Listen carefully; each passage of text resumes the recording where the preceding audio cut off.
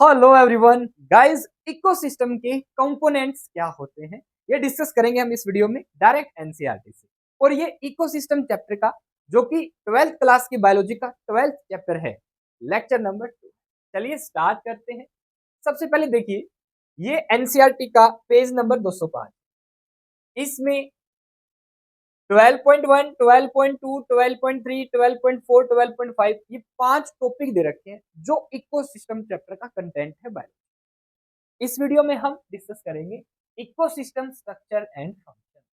इससे पहले वाली वीडियो जिसका लिंक डिस्क्रिप्शन में है, डायरेक्ट एनसीईआरटी से हमने इस पेज को कंप्लीट कर लिया। ठीक है, चलिए स्टार्ट करते हैं ecosystem structure and function.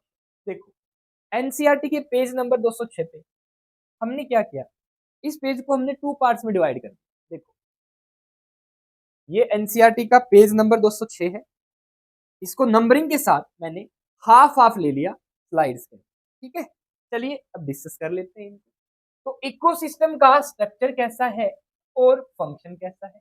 Ecosystem के स्ट्रक्चरल कंपोनेंट क्या है, कौन कौन इसका ढांचा बनाता है इकोसिस्टम का, और किस किस का काम रहता है इकोसिस्टम में। ठीक है, जैसे आपकी बुक्स एनसीईआरटी ये स्ट्रक्चर बनाती हैं आपकी स्टडी मटेरियल, सिंपल आपकी स्टडी के लिए। और आप खुद जो स्टडी करते हैं, जो फंक्शन करते हैं इनके थ्रू, दैट इज फंक्शन। तो जो काम करते हैं आप, जो पढ़ाई करते हैं वो फंक्शन। तो अर्लियर क्लासेज में आपने पढ़ा होगा, इससे पहले वाले चैप्टर्स में बायोलॉजी के, कि you have looked at the various component of the environment. Abiotic component देखे होंगे आपने, बायोटिक कंपोनेंट देखे होंगे। ठीक है, now you studied how individual biotic and abiotic factor affect each other. कैसे बायोटिक और एबायोटिक फैक्टर एक दूसरे को प्रभावित करते हैं। बिल्कुल, role of water, role of light, role of soil, role of climate रहता है। According to different different location different types के ऑर्गेनिज्म रहते हैं जो बिल्कुल अफेक्ट करते हैं बायोटिक कंपोनेंट को। ठीक है, नेक्स्ट लाइन क्या कहती है, let us look at these components in A more integrated manner. आओ एक साथ देखेंगे अब इन कंपोनेंट्स को हम, एंड सी करेंगे how the flow of energy take place होता है within this component of the ecosystem. और इकोसिस्टम के कंपोनेंट्स के अंदर कैसे एनर्जी का फ्लो होता है। ठीक है, देखिए ये लाइन आप एनसीईआरटी में ऐसे कट कर सकते हो, कोई खास क्वेश्चन नहीं। अब यहां से शुरू हो जाते हैं क्वेश्चन पहला, interaction of biotic livings abiotic non living component result in a physical structure. एक प्रकार से फिजिकल ढांचा बन जाता है। बिल्कुल, मैं आप देखो तो एक बार फिजिकल ढांचा ही है। ठीक है, that is characteristic for each type of ecosystem. और ये कैरेक्टरिस्टिक विशेषता होती है हर एक इकोसिस्टम। बायोटिक कंपोनेंट भी होंगे, एबायोटिक कंपोनेंट होंगे जो स्ट्रक्चर बनाए। अब इनके जो एक्टिविटीज है वो फंक्शन। ठीक है, जैसे फोटोसिंथेसिस द्वारा पौधे भोजन बनाते हैं, फिर जो कंज्यूमर्स हैं वो पौधों को खाते हैं, उन कंज्यूमर्स को फिर अगले हायर लेवल के कंज्यूमर्स खाते हैं। इस तरीके से फंक्शन। चलिए, ये पहला पॉइंट था, नोट कर लेंगे, क्वेश्चन आ सकता है, डायरेक्ट लाइन आ सकती है। नेक्स्ट, आइडेंटिफिकेशन एंड इन्यूमरेशन, पहचान करना और व्याख्या करना प्लांट्स की और एनिमल स्पीसीज की, कि एक एरिया में प्लांट्स की कितनी स्पीसीज है और कितने एनिमल्स की स्पीसीज है, यही बताना, कैलकुलेट करना एक इकोसिस्टम को गिव्स इट्स स्पीसीज कंपोजिशन। इसी बात इसकी स्पीसीज के बारे में बता देगा। अगर आपको स्पीसीज कंपोजिशन पता करना है तो प्लांट्स की कितनी स्पीसीज है, प्लांट्स के नंबर पता कर लो, आइडेंटिफाई कर लो कौन कौन सा प्लांट, एनिमल्स पता कर लो कौन कौन सा है, पता चल जाएगा कितनी स्पीसीज है। ठीक है, ये दूसरा पॉइंट है। खास लाइन क्या है, ये बार बार आपके एग्जाम में सीधा आ जाता है, vertical distribution of different species. आपने अलग अलग स्पीसीज को ना वर्टिकली ऐसे ऊंचाई हाइट के अकॉर्डिंग डिवाइड कर दिया।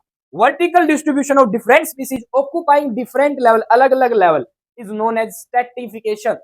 स्ट्रैटिफिकेशन क्या होता है, बोर्ड्स एग्जाम में, नीट में सीधा क्वेश्चन आता है, भाई स्ट्रैटिफिकेशन बताइए, व्हाट इज स्ट्रैटिफिकेशन। सिंपल आप डिफाइन करेंगे, vertical distribution of different species occupying different level, जो अलग अलग लेवल ऑक्यूपाई करते हैं, इज नोन एज स्ट्रैटिफिकेशन। जैसे ट्रीज, अगर एक फॉरेस्ट की बात को, जो पेड़ होते हैं सबसे ऊंचे होते हैं हाइट में, सबसे ऊपर कौन मिलेगा हाइट में, ट्रीज पेड़। उसके बाद झाड़ियां मिलेंगी, सरब्स कहते हैं जिनको। फिर कौन मिलेंगे, हर्ब्स और ग्रास। यही है स्ट्रैटिफिकेशन। जैसे trees occupy top layer of vertical strata, अगर मैं लंबाई के हिसाब से डिवाइड करूं प्लांट्स को। देन एक फॉरेस्ट के अंदर सर्व्स करेंगे सेकंड लेवल। उसके बाद सबसे नीचे कौन होंगे, हर्ब्स या ग्रासेस, जो कि बॉटम लेयर को ऑक्यूपाई करेंगे। क्वेश्चन आ जाता है, which of the following occupy bottom layer. बच्चे कंफ्यूज जाते हैं कि बॉटम लेयर कहां से भी, अरे बॉटम लेयर में सिंपल हर्ब्स और ग्रासेस की बात कर रहा है, वर्टिकल स्ट्रैटिफिकेशन। वो occupy second level out with among the following trees, herbs, grasses और सर्ब्स। चार ऑप्शन होते हैं, डायरेक्ट सर्ब्स का सीधा सीधा क्वेश्चन है भाई। हु ऑक्यूपाई टॉप लेयर और वर्टिकल डिस्ट्रीब्यूशन और top layer of the forest, trees. सीधा आंसर है, चार ऑप्शन यही बनते हैं, सीधा क्वेश्चन। डन है। तो यहाँ से हमारे 4 5 6 3 क्वेश्चन बन जाते हैं। पहला, ट्रीज हाईएस्ट लेवल ऑक्यूपाई करते हैं, उसके बाद नीचे की तरफ सरब्स आती हैं, फिर फॉर्म्स ऑफ ट्रीज। क्वेश्चन आया हुआ है एग्जाम में, बार बार एचबीसी सीबीएसई में रिपीट होता रहता है, स्ट्रेटिफिकेशन। अब अगला मोस्ट इंपोर्टेंट क्वेश्चन और लाइन आप लोगों के लिए, how many components an ecosystem have. एक इकोसिस्टम में कितने कंपोनेंट होते हैं? कितने कंपोनेंट होते हैं भाई? 4। पहला प्रोडक्टिविटी, दूसरा एनर्जी फ्लो, तीसरा डिकम्पोजिशन, चौथा न्यूट्रिएंट्स। आइए क्वेश्चन भी करेंगे अभी इनके ऊपर। तो guys most important point, components of ecosystem are productivity, decomposition, energy flow, nutrient cycle. Guys आप, मैंने जैसे पहले बोला एनर्जी डिकम्पोजिशन नीचे बोलिए, कोई बात नहीं है। वैसे देखा जाए तो पहले प्रोडक्शन होगा, फिर एनर्जी फ्लो होगी, फिर डिकम्पोजिशन होगा, देन न्यूट्रिएंट साइकिल होंगे, वो ज्यादा बेटर है। फिर भी आप कैसे ही बोल दे, कोई बात नहीं। क्यों? क्योंकि seen to function as unit, एक सिंगल यूनिट की तरह काम करते हैं ये चारों कंपोनेंट। समझ रहे हो? जहां प्रोडक्शन हो रहा है वहां पे कंजप्शन भी हो रहा होगा, डिकम्पोजिशन भी हो रहा होगा, एनर्जी ट्रांसफर भी हो रही होगी, न्यूट्रिएंट साइक्लिंग भी हो रहा होगा। समझ पा रहे हो? ये था 206 पेज एनसीईआरटी का हाफ। अब आपको क्या करना है, इस इकोसिस्टम के कंपोनेंट को है ना, हमें एक एग्जांपल से समझना है। और इसका एग्जांपल एनसीईआरटी में दे रखा है प्लांट। देखो भाई, ये देखो, ये दे रखा गौर से। To understand the ethos theory of aquatic ecosystem, आ जाओ एक सिंपल एग्जांपल ले लेते हैं। अब आप लोगों के लिए क्वेश्चन पहली वीडियो से, अब जिसने नहीं देखी है पहली वीडियो, लिंक डिस्क्रिप्शन में देख सकते हो, बहुत ही शानदार। एक्वाटिक इकोसिस्टम के 4 एग्जांपल दो। एक्वाटिक इकोसिस्टम के 4 एग्जांपल जल्दी से, चलो एक ही दे दो यार। पोंड, लेक, यूसरी, सी, रिवर्स, इसके एग्जांपल हैं एक्वाटिक, पानी वाले। ठीक है, चलिए एग्जांपल के साथ समझते हैं। अब देखो गौर से यहाँ पे, to understand the ethos of aquatic ecosystem, मतलब इस इथोस का मतलब होता है थ्योरी, क्वेश्चन या कॉम्प्लिकेशन एक एक्वाटिक इकोसिस्टम की। आइए एक small pond as an example, एक स्मॉल पॉन्ड का एग्जांपल लेते हैं। जो स्मॉल पॉन्ड होता है ये अच्छे तरीके से सेल्फ सस्टेनेबल यूनिट होती है। सेल्फ सस्टेनेबल यूनिट होती है क्या पॉन्ड? यस, तालाब, बिल्कुल। एंड रादर की अपेक्षा सिंपल एग्जांपल है दैट एक्सप्लेन करता है इवन कॉम्प्लेक्स, और ये बिल्कुल सिंपल सा एग्जांपल जो कॉम्प्लेक्स इंटरेक्शन जो एक ऑर्गेनिज्म के दूसरे ऑर्गेनिज्म के साथ होते हैं उनको ही बताता है। समझ रहे हो? पॉन्ड, पॉन्ड से लगभग बातें निकल जाती है, जो कि आप इकोसिस्टम में चारों कंपोनेंट को समझ सकते हैं। ठीक है, नाउ ए पॉन्ड, ये सुनना ध्यान से, क्वेश्चन आया हुआ भी नहीं। ए पॉन्ड इज ए सेलो, कम गहरा। सेलो का मतलब क्या होता है? कम गहरा। जबकि जो लेक होती है ना एक्वाटिक इकोसिस्टम, लेक, झील, वो 200 मीटर बहुत गहरी होती है। झील गहरी होती है, बहुत डीप होती है, डीपेस्ट होती है एक प्रकार से। जबकि पॉन्ड जो होता है ये सेलो होता है। ये क्वेश्चन आएगा नीचे, वाटर बॉडी, पानी वाली बॉडी, जिसमें all the above mention 4 basic component of ecosystem अच्छे तरीके से रहते हैं, एग्जिबिट करते हैं। कौन कौन? Productivity, energy flow, decomposition, nutrients है। ठीक है, चारों कंपोनेंट में क्या क्या आता है हम अलग से भी डिस्कस करेंगे, देखते जाओ क्वेश्चन आएंगे इन पे। चलिए 8वां पॉइंट क्या है भाई इस पेज पे, page number 206। The abiotic component is water. Abiotic component कौन है? वाटर है तालाब में, सोइल मिट्टी भी होती है, टेम्परेचर भी है, सनलाइट भी है, चारों में देखा जाए। विद ऑल द डिजोल्व, और वाटर में क्या क्या है abiotic component? All dissolve inorganic substance, organic substance, ठीक है, और रिच सोइल डिपॉजिट, और जो मिट्टी है at the bottom of the pool. तो क्वेश्चन आप लोगों के लिए, abiotic component of an ecosystem क्या क्या होते हैं भाई? सोइल, टेम्परेचर, इसके अलावा वाटर, वाटर में घुले हुए ऑर्गेनिक सब्सटेंस, इनऑर्गेनिक सब्सटेंस। ये डायरेक्ट क्वेश्चन है, कैसे बना के देते। ठीक है, समझ आ रहा है कि नहीं आ रहा बताइए, और समझ आ रहा तो like video, subscribe the channel.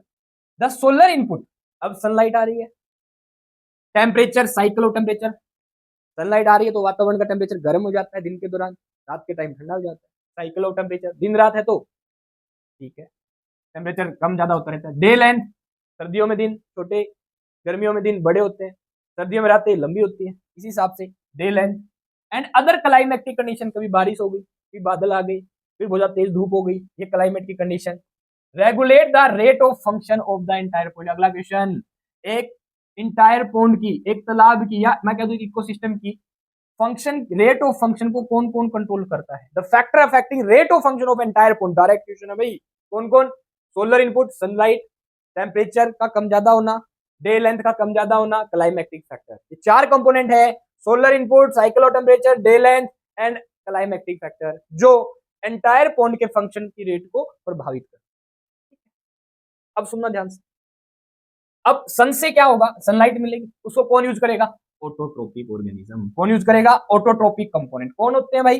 Phytoplankton, जलीय पौधे, जल में पाए जाने वाले पौधे, एल्गी, और फ्लोटिंग तैर रहे, सबमर्ज कुछ डूबे हुए, एंड मार्जिनल किनारों वाले पौधे, ठीक है, एट द एजिस किनारों, तो मार्जिन किनारों पे पौधे पाए जाते हैं। ये क्या है, ऑटोट्रोपिक। सिंपल शब्दों में प्लांट्स, एल्गी बन जाइए, प्लांट के अंदर ही आती है। ये क्या करते हैं, भोजन सिंथेसिस करते हैं, सनलाइट का यूज करेंगे फोटोसिंथेसिस द्वारा फूड प्रिपेयर, और इन्हें हम क्या कहते हैं, प्रोड्यूसर और ऑटोट्रोपिक ऑर्गेनिज्म या ऑटोट्रोपिक कंपोनेंट। क्वेश्चन को लेते हैं आपसे, which of the following is autotrophic component of ecosystem. Answer जो होगा उसमें इंक्लूड करेगा phytoplankton, algae, floating and submerged marginal, ठीक है। कंज्यूमर, ऑटोट्रोपिक से जो भोजन ग्रहण करेगा इन्हें कहेंगे हिट्रोट्रोपिक ऑर्गेनिज्म, जो ऑटोट्रोपिक से फूड ले, भोजन खाए, ऑटोट्रोपिक ऑर्गेनिज्म से फूड या भोजन लेने क्या कहेंगे, हिट्रोट्रोपिक ऑर्गेनिज्म। और कंज्यूमर्स, ठीक है। अब कंज्यूमर कौन कौन होंगे भाई, ये भी इकोसिस्टम के कंपोनेंट है, बायोटिक कंपोनेंट होते हैं इकोसिस्टम के, रिप्रेजेंटेड बाय जू प्लैंक्टन, जो फाइटोप्लैंक्टन को खाए, छोटे छोटे कीट जू प्लैंक्टन होंगे, तैरने वाले, फ्री स्विमिंग तैरने वाले, और बॉटम जो तालाब के बॉटम में रहे बिल्कुल, डेवलपिंग मुंह विचरण करने वाले, शंख हो गए, मोलस्कस हो गए, इटिस फॉर्म्स, ठीक है। ये हो गए कंज्यूमर्स। तो कंज्यूमर कौन कौन है, जू plankton, free swimming organism animals और बॉटम डेवलपिंग ऑर्गेनिज्म, ठीक है। अब आते हैं फिर डिकम्पोजर्स, जो डिकम्पोजिशन की प्रोसेस करेंगे, जो कंपोनेंट है इकोसिस्टम का, डिकम्पोजिशन। डिकम्पोजर्स में कौन कौन आता है, फंजाई, बैक्टीरिया और flagellates. Fungi, fungi phycomycetes, ascomycetes, deuteromycetes, basidiomycetes. Bacteria, bacteria में आप मोनेरा किंगडम में पढ़ते हैं, ठीक है, बहुत वैरायटी ऑफ बैक्टीरिया, जैसे टाइफाइड कौन सा बैक्टीरिया करता है, salmonella typhi, like that. Lactobacillus क्या प्रोड्यूस करता है, lactic acid bacteria. Flagellates, flagellates में डाइनोफ्लैजिलेट्स, यूग्लिना, गोनियोलिक्स एग्जांपल है डाइनोफ्लैजिलेट का, जो रेड टाइड कोज करता है, ठीक है, एनसीईआरटी में ही, 11th की एनसीईआरटी फ्लैजिलेट्स में आते हैं, specially abundant in the bottom of the pond. अब आपसे क्वेश्चन आ गया simply, abundant in the bottom of the pond, ये जो नंबर लिख रखे हैं ना क्वेश्चंस के नंबर हैं, 12वां 12 क्वेश्चन क्या बनेगा इस पैरे से, डिकम्पोजर्स कौन कौन है, फंजाई, बैक्टीरिया, डाइनोफ्लैजिलेट्स, और ये मैक्सिमम पोंड में कौन पाया जाता है, इन तीनों में से कोई ऑप्शन आ जाए, फंजाई, बैक्टीरिया, डाइनोफ्लैजिलेट्स, इनके कोई भी एग्जांपल आ जाए, फंजाई में एस्कोमाइसिट, ड्यूटेरियोमाइसिट, फाइकोमाइसिट, बेसिडियोमाइसिट आ जाए, देन अगर मैं बात करूं प्रोटिस्ट में डाइनोफ्लैजिलेट, यूग्लिना आ जाए, यूग्लिनोइड्स आ जाए, गोनियोलिक्स जो कि एक डाइनोफ्लैजिलेट्स होता है, simple. This system perform all the function of an ecosystem. अब अगर ये चीजें हैं तो एक इकोसिस्टम के सारे फंक्शन हो जाएंगे। इसलिए कहा गया स्टार्टिंग में कि जो ये छोटा सा तालाब है ना, उसी को आप फेयरली सेल्फ सस्टेनेबल यूनिट मान सकते हो, जो इकोसिस्टम को रिप्रेजेंट करता है, ठीक है। आ रहा है सर समझ में, तो आ रहा है सर, अरे एनसीईआरटी एक एक शब्द का मतलब यही है भाई। अब this system perform all the function of an ecosystem and the biosphere as a whole. अब इस छोटे से इकोसिस्टम में जो कहानी घटित हो रही है, यही समझो अर्थ के हर इकोसिस्टम में हो रही है, और जैसी घटना हर इकोसिस्टम में हो रही है वही तो पूरे बायोस्फीयर में हो रही है एक प्रकार से, इस एक में जो रहा है वही हर जगह हो रहा है। तो इसका मतलब मैं कह सकता हूं अर्थ क्या है, बोल एक सिंगल बायो, अर्थ को क्या समझ सकते हो, सिंगल बायोस्फीयर, ठीक है, यानी इकोसिस्टम एक पूरा बायोस्फीयर एक इकोसिस्टम है, ग्लोबल इकोसिस्टम इज बायोस्फीयर। ये पहले पेज पे हमने किया। चलिए, conversion of inorganic into organic material with the help of radiant energy, यही क्या है, फोटोसिंथेसिस। ये क्या हो गया, फोटोसिंथेसिस, ठीक है। बाई किसके द्वारा होता है, ऑटोट्रोप्स द्वारा। ऑटोट्रोप्स भोजन बनाते हैं, यूज कंजप्शन यूज कर लिए जाते हैं by autotrophs by heterotrophs. Consumption of the autotrophs, अब जो ऑटोट्रोप्स जो भी बनाते हैं बनता है ऑटोट्रोप्स में, वो हिटोट्रोप्स द्वारा यूज कर लिया जाता है, खा लिया जाता है। डिकम्पोजिशन कर दिया जाता है, and mineralization of the dead matter, जो मर जाता है उसका मिनरलाइजेशन हो जाता है, to release them back into the for use by the autotrophs, ताकि जो ऑटोट्रोप्स है फिर से उनको यूज कर सके। हो गया ना न्यूट्रिएंट साइकिल, ऑटोट्रोप्स ने भोजन बनाया, हिटोट्रोप्स ने खाया, हिटोट्रोप्स मर गए, इनऑर्गेनिक ऑर्गेनिक कंपाउंड्स आ गए, ऑर्गेनिक से इनऑर्गेनिक कंपाउंड्स क्या कौन तालाब में मिट्टी मिल गई, वापस अब्सॉर्ब कर लिए जाएंगे, न्यूट्रिएंट साइक्लिंग हो जाएगी, डिकम्पोजर डिकम्पोज कर दे, न्यूट्रिएंट साइक्लिंग हो जाएंगे, इस तरीके से इकोसिस्टम चलती रहेगी, ठीक है। क्या खास बात थी, और यही प्रोसेस बार बार रिपीट होती रहती है। There is unidirectional full movement of energy toward the higher. अब देखो, producer producer first topic level होता है, इसके बाद consumer, primary consumer, then secondary consumer, then tertiary consumer, और एनर्जी का फ्लो हमेशा प्रोड्यूसर से कहां होगा, प्रोड्यूसर से कहां होगा, प्राइमरी कंज्यूमर में, प्राइमरी कंज्यूमर से सेकेंडरी कंज्यूमर में, सेकेंडरी कंज्यूमर से टर्सरी कंज्यूमर, ठीक है। डिस्कस करेंगे नेक्स्ट वीडियो में प्राइमरी कंज्यूमर सेकेंडरी कंज्यूमर क्या होता है। गाइस ये कहानी थी, अभी इसे देख लो, ये पेज था, पेज नंबर 206, ठीक है। नीचे प्रोडक्टिविटी लाइन वाली लाइन हम नेक्स्ट पेज में लेंगे, ठीक है। अब आ जाइए, सिंपल तरीके से इकोसिस्टम को समझते हैं, फिर आपको जो भी आपने अभी टफ चीजें पढ़ी इजीली हो जाएंगी। देखो, इकोसिस्टम के दो कंपोनेंट, स्ट्रक्चर कंपोनेंट और फंक्शनल कंपोनेंट। भाई आधा भाई, फंक्शनल कंपोनेंट। अब फंक्शनल कंपोनेंट में कौन कौन आता है, energy flow and nutrient cycling, cycling of nutrient flow of energy, ये फंक्शनल कंपोनेंट है इकोसिस्टम के। स्ट्रक्चरल कंपोनेंट की बात करें, एबायोटिक फैक्टर्स और बायोटिक फैक्टर, दोनों चीजें जो स्ट्रक्चर बनाती हैं। अब एबायोटिक में क्या क्या आएगा, लाइट, टेम्परेचर, वाटर और प्रेशर, सोइल, ठीक है, प्रेशर भी एटमॉस्फेरिक प्रेशर भी लग रहा है और साथ में सोइल, ये क्या है, एबायोटिक फैक्टर, ठीक है। बायोटिक फैक्टर में क्या क्या आएगा बताओ, प्रोड्यूसर्स आएंगे, कंज्यूमर्स आएंगे और डिकम्पोजर, ये क्या है, biotic factor, living organism. Okay, ये थे इकोसिस्टम के component, structural component, functional component. Functional component में cycling of nutrient, flow of energy, and structural components में abiotic factor, biotic factor. Abiotic factor में लाइट, टेम्परेचर, वाटर, प्रेशर और soil भी अलग से। प्रोड्यूसर्स, कंज्यूमर्स और डिकम्पोजर्स क्या है, बायोटिक। नेक्स्ट, बायोटिक फैक्टर्स में क्या क्या आते हैं भाई, तीन चीजें आती है, भी देखा हमने, प्रोड्यूसर्स, कंज्यूमर्स और डिकम्पोजर्स। डिकम्पोजर्स में कौन कौन आते हैं बताओ, डिकम्पोजर में कौन कौन आते हैं, फंजाई, बैक्टीरिया और फ्लैजिलेट्स। फ्लैजिलेट्स में यूग्लिना, डाइनोफ्लैजिलेट्स, ठीक है। प्रोड्यूसर्स में कौन कौन आता है, फाइटोप्लैंक्टन, एल्गी और प्लांट्स, ठीक है। कंज्यूमर में कौन कौन आता है भैया, एनिमल, हेटेरोट्रोप्स, सीधी सी बात है। अच्छा, स्ट्रेटिफिकेशन क्या होता है ये भी हमने देख लिया, vertical distribution of different species occupying different level is known as stratification. Pond बहुत बढ़िया एग्जांपल है किसका, इकोसिस्टम, जो कि ऑल ओवर द अर्थ जितने भी इकोसिस्टम उनको एक्सप्लेन कर सकते हैं, हालांकि वेरिएशन है अलग अलग सिस्टम की अपनी अपनी।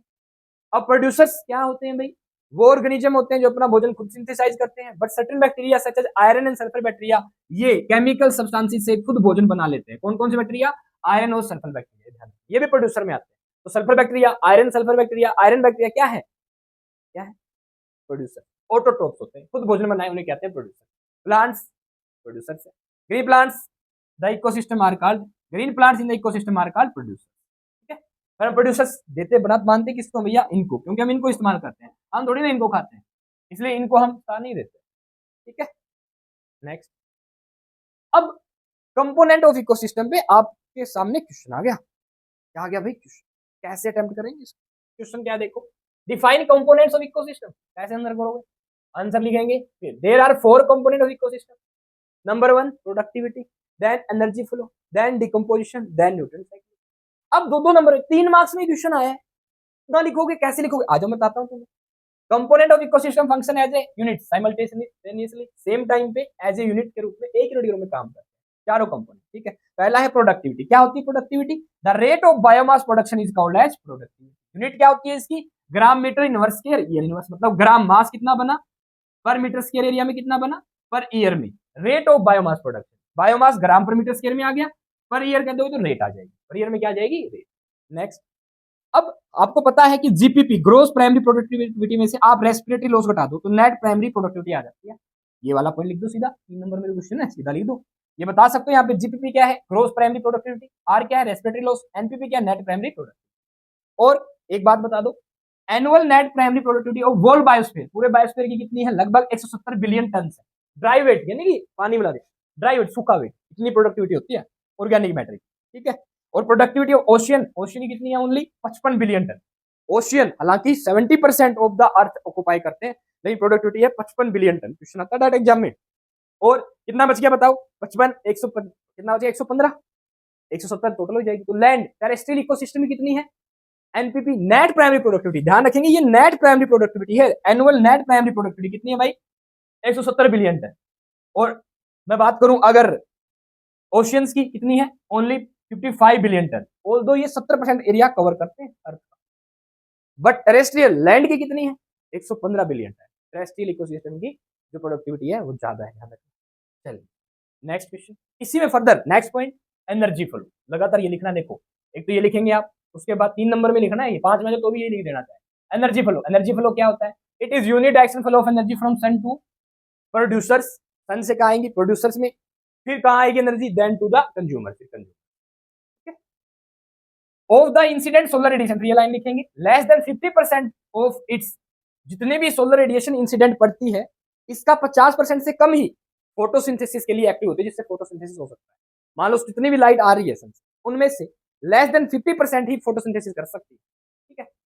आर क्या होती है, photosynthetically active radiation, PAR, full form पूछ लेते हैं पीएआर की, फोटोसिंथेटिकली एक्टिव रेडिएशन, ठीक है। एंड प्लांट्स कैप्चर करते हैं ओनली, प्लांट्स क्या कितना कैप्चर करते हैं, 2 से 10% of PAR, photosynthetically active radiation का 2 से 10% ही जितने प्लांट्स है ऑल ओवर द एंटायर अर्थ या प्लेनेट, कैप्चर करते हैं। इसका मतलब 2 से 10% फोटोसिंथेटिकली एक्टिव रेडिएशन का 2 से 10% निकालना है, ध्यान रखना, ठीक है। पूरे बायोस्फीयर को चलाता है, small amount of energy sustain करती है एंटायर लिविंग वर्ल्ड, पूरे जीवित संसार को। ये फोटोसिंथेटिकली एक्टिव रेडिएशन का 2 से 10%। ये क्वेश्चन आपका डायरेक्ट कितने परसेंट पीआर का, 2 से 10%। Next component is decomposition. क्या होती है? The process of breakdown of complex organic matter into inorganic substances like CO2, water और nutrients is known as decomposition. 5 step होते हैं डिकम्पोजिशन में, fragmentation, leaching, catabolism, humification, mineralisation. 5 step लिख देंगे।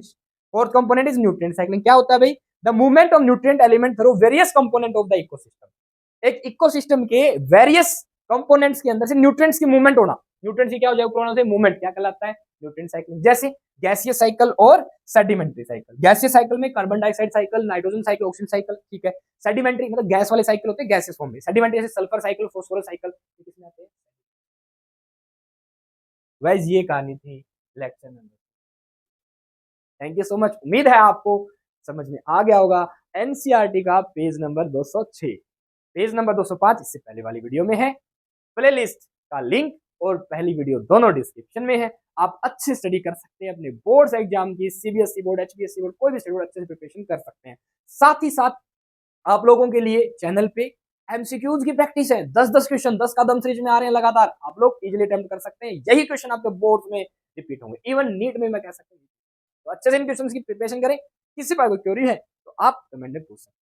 Guys video को लाइक करें, चैनल को subscribe करें, अपने दोस्तों के पास भी शेयर करें। मस्त रहे, स्वस्थ रहे, ऑल द बेस्ट, जय माता।